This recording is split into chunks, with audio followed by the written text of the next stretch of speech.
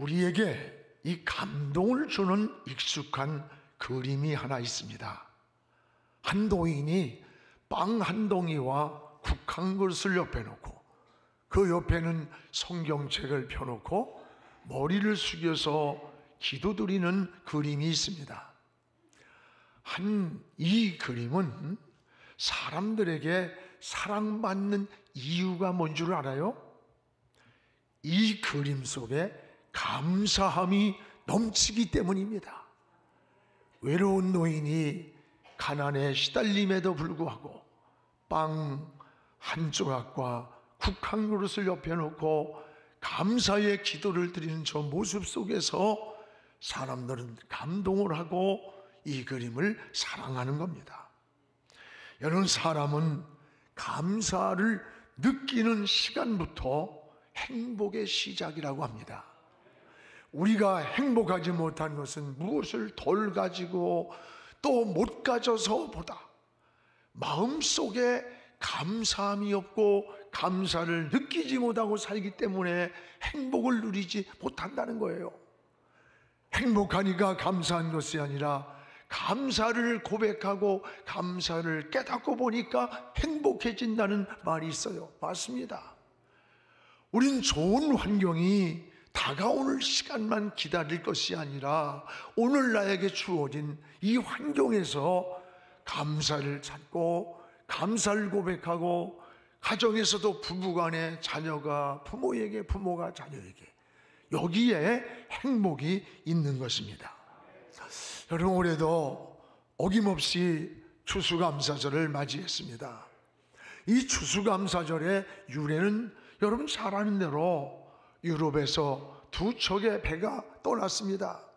그 한 척은 오로지 신앙의 자유를 찾기 위해 저 북아메리카로 떠났습니다. 또 한 척은 오로지 금덩어리만을 캐기 위해서 저 남아메리카로 또 상륙을 했습니다. 북아메리카에 상륙한 이 청교도들은 도착하자마자 그들은 먼저 예배당을 지었습니다. 그리고 다음 세대를 위한 학교를 지었고 그 다음에 자기들이 머물 집을 지었습니다. 이들은 한 해를 지나는 동안에 자기의 함께 왔던 동료들이 세상을 떠나기도 했습니다. 인디언들에게 얻은 씨앗을 가지고 농사를 지어서 그 첫 수확을 했을 때에 자기들과 함께 신앙을 지키기 위해 함께 왔던 그들, 먼저 떠난 동료들의 그 무덤 곁에서 열매를 추수한 것을 첫 번째 열매를 가지고 하나님께 눈물로 감사 예배를 드린 거예요. 이게 바로 추수감사절의 시작입니다. 또 성경에서는 하나님이 우리에게 절기를 줬는데 세 가지를 줬어요. 하나는 유월절이고 하나는 맥주절이고 또 하나는 수장절입니다. 이 수장절은 특별히 1년의 열매를 거두어서 그리고 1년에 총 결산을 하면서 이것을 하나님께 드리는 게 수장절이에요. 이게 바로 추수감사절과 같습니다. 하나님이 왜 이런 절기를 우리에게 주셨을까? 한 가지예요. 하나님의 은혜. 하나님의 은혜를 잊지 말고 감사하며 살아라. 은혜를 잊지 않고 살게 하려고 절기를 만들어 주신 거예요. 여러분, 감사할 줄 아는 사람이 깊은 신앙의 사람이고 성숙한 신앙입니다. 오늘 말씀에는 이 감사할 만한 조건이라고는 하나도 없는 그런 상황에서 감사를 드리고 찬송을 고백하는 그 선지자의 모습이 나와. 그게 누구냐? 바로 하박국 선지자였습니다. 여러분, 감사의 조건이 있어도 감사를 망각하고 사는 게 인간의 모습들인데 도저히 감사할 만한 조건이 없어요. 환경이 아니에요. 그럼에도 불구하고 감사를 고백하고 찬송을 부르는 이 하박국 선지자의 모습을 보여줘요. 하박국은 환난 중에 드리는 감사의 모습이에요. 여러분, 하박국이 당한 그 환난이 어떤가를 오늘 16절에서 잘 우리에게 보여줍니다. 우리 같이 한번 읽겠습니다. 내가 들었으므로 내 창자가 흔들렸고 그 목소리로 말미암아 내 입술이 떨렸도다. 무리가 우리를 치러 올라오는 환난 날을 내가 기다림으로 썩이는 것이 내 뼈에 들어왔으며 내 몸은 내 초수에서 떨리는도다. 이게 무슨 말씀이에요? 당시 바벨론이 유대 나라를 쳐들어온다는 소식을 들은 거예요.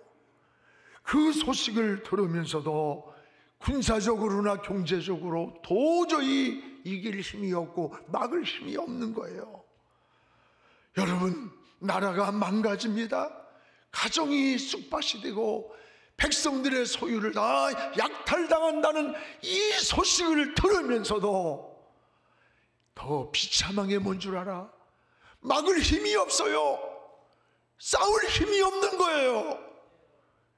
그래서 하박국이 이런 고백을 해요. 내 입술이 떨립니다. 내 몸에 뼈가 썩는 것 같습니다.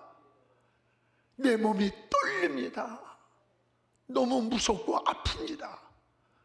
오늘 여러분, 이런 고백을 하는 거예요. 우리가 인생을 살다 보면 예상하지 못한 이런 환난들이 우리 앞에 다가올 때가 있잖아요. 뜻하지 않는 질병이 찾아와 마음의 인생의 꿈을 깨트려 버릴 때가 있어요. 때로는 여러분 어때요? 사업이 뜻하지 않는 장애물을 만나 부도가 나고 실패가 될 때도 있고, 때로는 여러분 직장에서 갑자기 떠나야 되는 이런 위기를 만날 때도 있어요. 지금 바로 하박국이 처한 환경이 이런 환경에 놓인 거예요. 그런데 이런 환경에서 하박국은 절망하고 좌절하고 낙심하는 게 아니라 오히려 하나님 앞에 찬송을 하고 감사를 하면서 하나님께 기도하는 모습을 우리에게 보여주는 거예요. 여러분, 이게 하박국의 신앙의 모습이에요. 말이 그렇지 전쟁이 일어났어요. 가정이 쑥밭이 된다는 소식을 들으면서 어떻게 감사를 하겠어요? 찬송을 할 수 있겠어요? 이게 쉬운 일입니까? 아닙니다. 우리는 초대교회에 교부였던 여러분 잘 아는 크리스 오스톱은 복음을 몰래 전하다가 붙잡혀서 감옥에 갔어요. 감옥 안에서 이런 고백을 드립니다. 하나님, 저 감옥에 갇힌 자들에게 내가 복음을 전할 기회를 이곳에서 주시니 감사합니다. 그 안에서 감옥에서 몰래 복음을 전하다가 발각이 돼가지고 이번 사형원도를 받았어요. 이때에도 하나님 앞에 그는 감사를 이렇게 고백합니다. 주님, 저 같은 사람을 순교의 반열에 세워주시니 감사합니다. 이제 그는 사형원도를 받고 교수형을 받게 됐어요. 교수형을 집행되려는 그 순간 사형 중지 명령이 내려왔습니다. 이 소식을 듣고 그는 또 눈물로 감사를 이렇게 고백하는 거예요. 하나님, 제가 아직도 이 땅에 할 일이 남아 있습니까? 나에게 할 일이 남아 있다면 더욱 충성할 수 있는 기회를 주신 하나님 감사합니다. 내가 살아있어도 감사, 감옥에 갇혔어도 감사, 죽음의 위기가 찾아왔을 때도 감사. 이것이 하나님의 사람의 모습이에요. 이것이 신앙의 은혜를 알고 은혜를 체험했던 크리스 오스톰의 고백의 글입니다. 여러분, 하나님의 은혜, 이 하나님의 은혜를 아는 사람은 모든 게 감사가 되는 거예요. 은혜가 있느냐 없느냐는 뭐 떠들고 능력을 받고 그런 게 아니에요. 마음에서 감사가 느껴지고 입에서 감사가 고백되고 생각하면서 삶이 감사한 거예요. 이게 바로 그리스도인의 성숙함이라는 것을 알아야 합니다. 오늘 하박국이 드리는 감사를 보세요. 따라합시다. 무에서 드리는 감사. 지금 한무과목은 무에 아무것도 없는 데서 드리는 감사의 고백이에요. 오늘 17절을 우리 같이 읽겠습니다. 비록 무화과 나무가 무성하지 못하며 포도 열매에 열매가 없으며 감람나무에 소출이 없으며 밭에 먹을 것이 없으며 우리의 양이 없으며 외양간에 소가 없을지라도 여호와로 말미암아 나는 감사한다는 고백이에요. 한 해 농사를 지었습니다. 그런데 아무 소득이 없어요. 요즘 문화로 말하면 사업을 했어요. 장사를 했는데 한 해 결산이 마이너스야. 아무것도 없어. 오늘 여기 17절 한 절 속에 무려 6가지가 없다고 하는 고백이 나와요. 그러나 여기서 지적한 6가지는 절대로 그들이 살아가는데 필요한 필수 조건들입니다. 당시에 무화과 나무의 열매는 양식의 일종이에요. 포도 열매는 당시 음료로 마셨고 감람나무 열매는 기름을 짜서 썼고 밭의 식물은 하루에 3끼 먹어야 할 식량이었고 양의 털로 옷을 만들어 입어야 했고 소는 그것을 잡아서 하나님께 드리는 제사의 제물이기도 했습니다. 그런데 한 해 농사를 짓고 땀을 흘렸는데 아무 소득이 없어요. 먹을 것도 없고 제사할 제물도 없어요. 이런 환경이 나에게 다가왔다면 우리가 절망하지 않을 사람이 어디 있겠어요? 낙심하지 않을 사람이 어디 있겠어요? 그런데 오늘 17절 맨 마지막 말미에 붙어있는 위대한 이 접속사가 하나 있습니다. 전 이게 그렇게 은혜를 받아요. 따라요. 없을지라도. 오늘 없을지라도라고 하는 오늘 17절 마지막 말미에 있는 접속사입니다. 오늘 여러분 여기에 열매가 없을지라도 식물이 없을지라도 외양간에 소를 잃었을지라도 하나님으로 말미암아 감사한다는 고백이에요.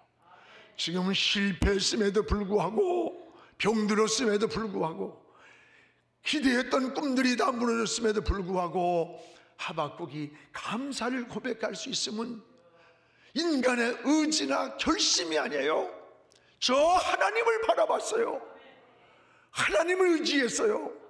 여호와로 말미암아 감사한다는 이 고백이에요. 그렇습니다. 여러분 이런 절망적 환경, 이런 실패와 무에서 어떻게 감사할 수가 있습니까? 하박국은 여호와로 인하여. 따라합시다. 여호와로 인하여. 그렇습니다. 여호와로 인하여 나는 감사합니다. 18절입니다. 우리 같이 읽겠습니다. 나는 여호와로 말미암아 즐거워하며 나의 구원의 하나님으로 말미암아 기뻐하리라. 할렐루야. 여기에 여호와로 말미암아 즐거워하고 나를 건져주실 구원의 하나님을 바라보면서 내가 기뻐한다는 고백이에요. 지금 하박국의 감사는 환경에서 오는 게 아니에요. 어떤 조건 때문이 아닙니다. 나는 여호와로 말미암아, 이 말미암아라는 이 말씀은 하나님 안에서 하나님으로 인해서 라고 하는 뜻이에요. 여러분 세상이 요동을 쳐도 내가 하나님 안에 있기에 감사한다는 고백인 겁니다. 때로는 우리가 인생을 살면서 예상하지 못한 돌풍이 우리 인생 앞에 불어올 때가 있잖아요. 그러나 내가 하나님 안에 살고 있기 때문에 오늘 이것은 신앙의 고백이요 믿음의 고백이며 하나님께 인생을 맡긴 거예요. 그렇습니다. 하나님으로 말미암아 내가 어떤 환경의 조건에 있든지 하나님이 나를 지켜줄 것을, 하나님이 나를 붙잡아줄 것을 믿기 때문에 절망하지 않고 찬송을 부를 수 있고 기도할 수 있고 감사할 수 있음을 깨닫게 되는 겁니다. 그렇습니다. 저는 설교를 준비를 하면서 2006년도 7월 20일이 제 생일날이에요. 좀 기억들 좀 하고 선물도 보내요. 저는 2006년도 7월 20일 교통사고로 이미 죽었어야 할 사람이에요. 여기 있을 수 없는 그런 사람인데 하나님 은혜로 지금 살고 있는 거예요. 그때 의식이 깨어났어요. 밖에서 차가 막 붕 떠가지고 중앙선을 침범하면서 반대로 뒤집어져 있는 거예요. 사람들이 와서 막 아우성을 치는 게 들려요. 깨어났을 때 내가 살아있구나. 주님의 일하라고 아직 내가 살아있구나. 하나님 살려주셨구나.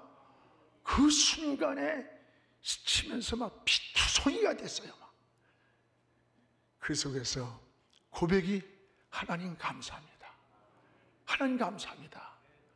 그 고백이었어요.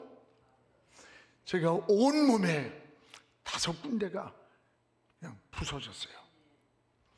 그런데 가만히 돌아보니까 목회하는 데는 하나도 지장되지 않도록 부러질 때만 부러지고 다칠 때만 다쳤어.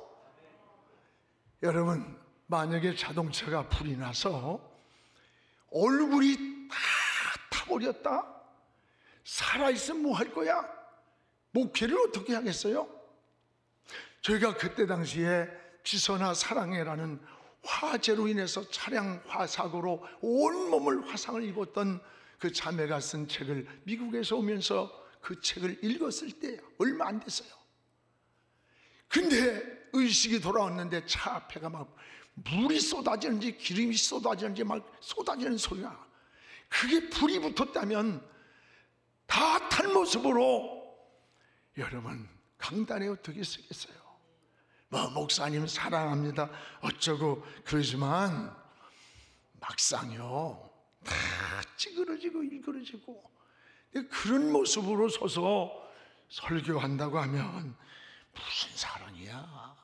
그렇다고 목사가 가면을 쓰고 설교를 할 수 있겠어요? 16년이 지난 오늘도 추수감사절 설교를 준비하면서 그저 하나님 감사합니다. 오늘 하루도 도움으로 산 시간이 참 많이 살아왔습니다. 감사합니다 라고 하는 고백이었어요. 사랑하는 여러분, 오늘 하박국은 환난 속에서 아무것도 없는 이런 것 속에서 감사를 고백하고 있는 거예요. 이 감사를 깨달아지는 게 바로 은혜라는 겁니다. 이건 좋은 조건에서 감사가 아니에요. 여러분, 어떤 조건만 와야 감사하는 건 좋은 일이지만 굉장히 위험한 신앙이에요. 사업이 잘 되기 때문에 감사하는 거 당연해. 그러나 그것으로 멈추면 사업이 안 될 때 어떻게 할 거예요? 건강하기 때문에 감사합니다, 좋은 거야. 그러나 병들었을 때는 어떻게 할 거예요? 여러분이 기대하던 꿈과 다를 때 어떻게 할 겁니까? 감사가 원망으로 불평으로 절망으로 변하게 되는 거예요. 그래서 성경은 범사라는 말씀이 있어요. 범사에 감사라. 잘 될 때만이 아니라 안 될 때에도, 건강할 때만이 아니라 병들었을 때에도, 내가 성공할 때만이 아니라 실패했을 때에도, 이것이 바로 범사라는 고백인 것입니다. 사랑하는 여러분, 기도도 마찬가지예요. 우리는 하나님 앞에 자꾸 흥정을 해. 하나님, 이거 뭐 하면 내가 이렇게 하겠습니다. 뭐 좋은 일이에요. 그러나 여러분, 좋은 대학에 합격하면 헌신하겠습니다.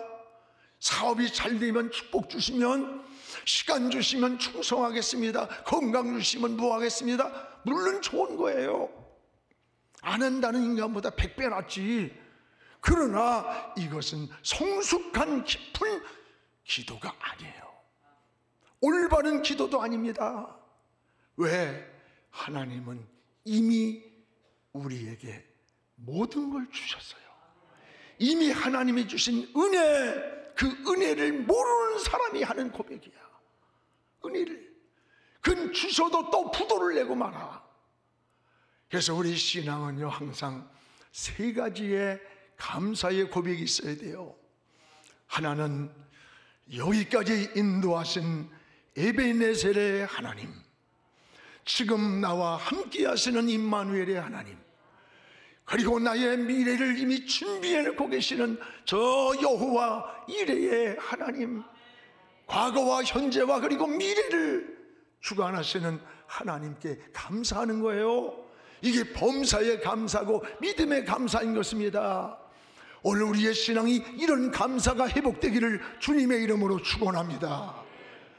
또한 여기 하박국은요, 조건이 아닌 구원의 하나님께 감사를 드린다 라고 하는 고백인 것입니다. 나의 구원의 하나님으로 말미암아 내가 기뻐하리라. 여기 실패와 고난과 역경이 있지만 나를 건져주실 하나님, 나를 고쳐주실 구원의 하나님을 바라보면서 감사를 드린다는 고백을 하는 거예요. 하나님은 전능하신 분입니다. 창조주입니다. 우리를 원수의 손에서 건져주시는 하나님, 넘어진 자리에서 일으켜주신 하나님, 우리를 고쳐주신 하나님, 회복시켜주시는 그 구원의 하나님, 그 구원의 하나님을 바라보면서 감사한다는 고백인 거예요. 그렇습니다. 이것이 깊은 신앙이에요. 성숙한 신앙이요, 믿음에서 나오는 고백인 것입니다. 오늘 여러분도 그런 신앙의 고백이 있기를 축복합니다. 이런 하박국에게 하나님은 두 가지의 놀라운 은혜를 주시는 겁니다. 여기에 19절입니다. 하나님은 하박국은 하나님이 나의 힘이라, 이렇게 고백을 하는 거예요. 19절입니다. 우리가 같이 읽겠습니다. 주 여호와는 나의 힘이라, 나의 발을 사슴과 같게 하사 나를 나의 높은 곳으로 다니게 하시리로다. 이 노래는 지휘하는 사람을 위하여 내 수금에 맞춘 노래라.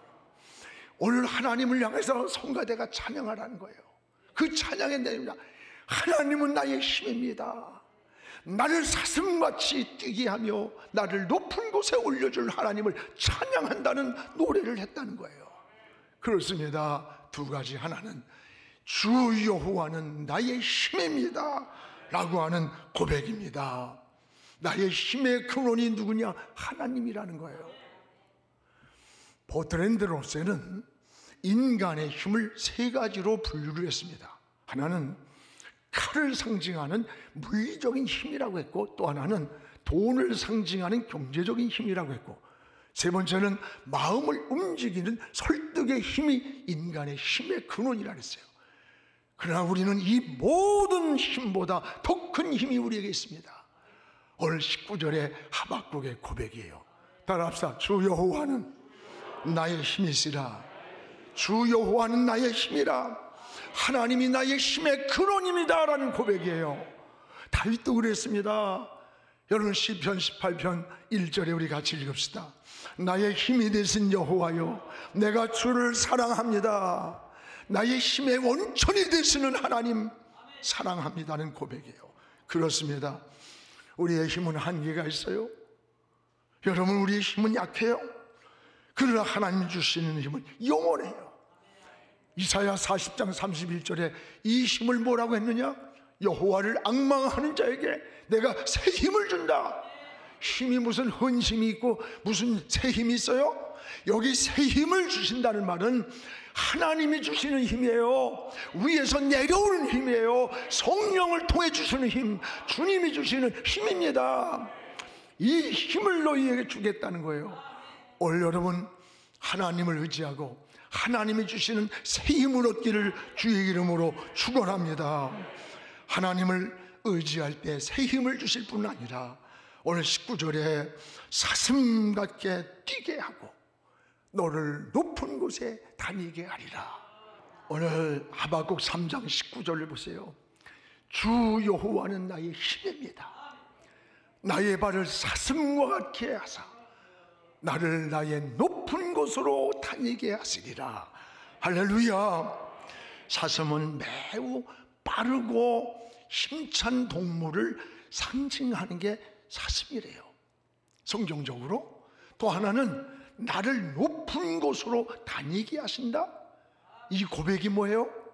하나님이 나를 높여주신다, 하나님 나를 보호해 주신다, 나의 길을 인도해 주신다는 고백인 것입니다.